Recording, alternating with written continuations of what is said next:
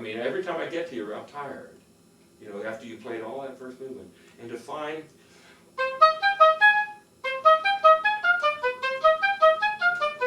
some kind of clean, neat staccato that doesn't,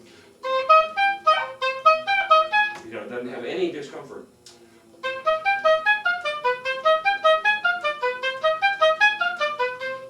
And it's strong.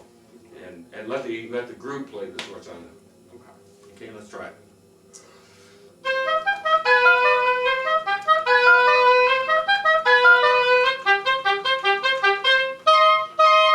Now go ahead and get the water out of the sea.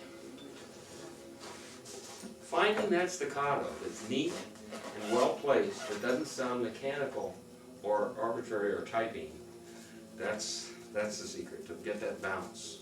And it's the T at the beginning, it's the air support, it's the collection of the embouchure, it's all those things in a very subtle way.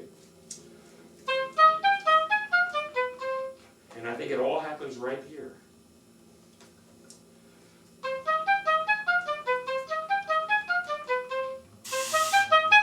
And then just kick that A flat a little bit, you know.